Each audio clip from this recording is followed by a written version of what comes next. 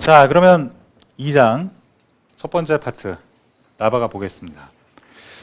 자, 요 그림은 10페이지에 있습니다. 10페이지에 원자 구조가 나와 있죠. 요 간단히만 언급하고 넘어갈게요. 자, 원자 알갱이가 이렇게 있습니다. 그러면 이 원자의 구성이 어떻게 되어 있냐면 원자핵과 그 원자핵을 둘러싸고 있는 전자들로 이루어져 있죠. 그래서 원자핵을 확대를 해보면 플러스 나할때는 양성자하고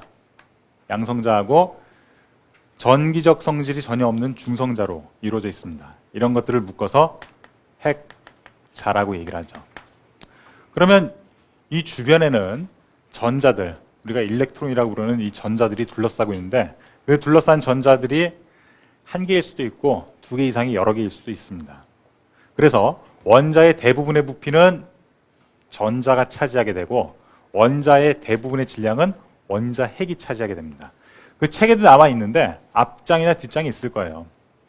이 중성자하고 양성자의 질량 비가 거의 비슷해서 1대1 정도 되고 이 전자의 질량은 대략 이 핵자들의 질량의 1800분의 1에 해당됩니다.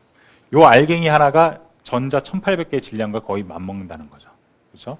자, 그래서 이 양성자, 플러스 하나를 띤 양성자하고 마이너스 하나를 띤 전자하고 서로 끌어당기게 되는데 질량은 원자핵이 훨씬 더 크기 때문에 우리가 간단히 생각하기에는 전자가 핵의 인력에 의해서 끌어당겨진다.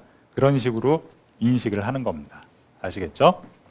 그러면 우리가 지금 원자를 공부하는 목적이 뭐냐면 원자를 둘러싸고 있는 이 전자들 중에 일부가 결합에 참여해서 분자를 만들어줄 수가 있다는 겁니다. 그래서 이 2장의 목적은 원자를 둘러싸고 있는 이 전자들의 분포 형태, 그게 어떻게 되는가를 살펴보는 게 이제 최종 목표라고 볼 수가 있어요.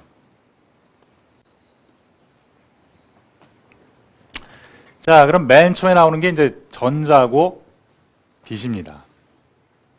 전자고 빛인데 어떤 원자 안에 전자가 이제 여러 개가 들어가 있을 수가 있겠죠. 그렇죠? 전자가 여러 개가 들어가 있으면 그 여러 개의 전자 중에 몇 개는 에너지가 똑같을 것이고 또 몇 개는 에너지가 다를 수가 있습니다.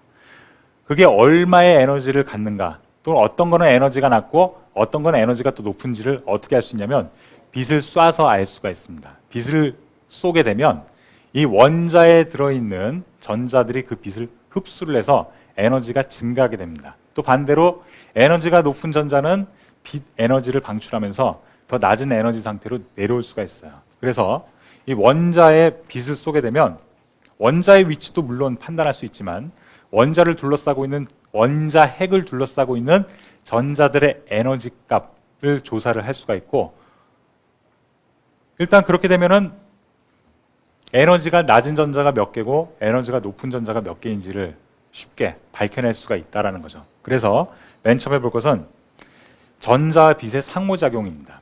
전자와 빛의 상호작용. 그걸 보기 위해서는 일단 빛의 성질, 요거를 이제 살펴봐야 되는데, 빛 또는 전자, 이 둘은 파동의 성질을 갖기도 하면서 동시에 입자의 성질도 가질 수가 있습니다. 자, 지금 설명하는 게 21페이지 맨 위에 있는 거죠. 그렇죠? 전자 빛이 있는데 파동성도 있고 입자성도 있다. 동시에 내재되어 있습니다.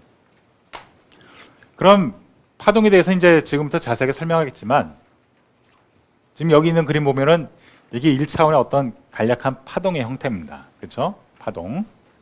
파동의 특성을 얘기할 때는 뭐 높낮이, 위로 올라갈 때, 아래 내려올 때 이 길이를 또 진폭이라고 얘기를 하죠. 진폭도 있고 파장도 있고 진동수도 있고, 그런 건 이제 책에 다 나와 있으니까 자세하게 보시면 될 겁니다.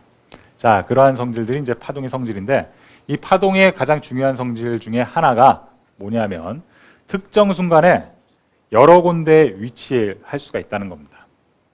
특정 순간에 동시다발적으로 존재를 할 수가 있다는 거죠. 이 파동의 성질을 갖는 게 빛도 마찬가지고 전자도 마찬가지인데, 이 파동이 이렇게 있으면 그 파동은 여기에도 있는 거고 여기에도 있는 거고 동시에 다발적으로 어디든지 다 존재할 수 있다고 볼 수가 있어요. 반면에 어떤 입자, 원자 또는 분자 이렇게 있으면 특정 순간엔 여기에만 있어야지 다른 데는 있을 수가 없는 거죠. 그게 입자성하고 파동성의 가장 큰 차이점이라고 볼 수가 있습니다.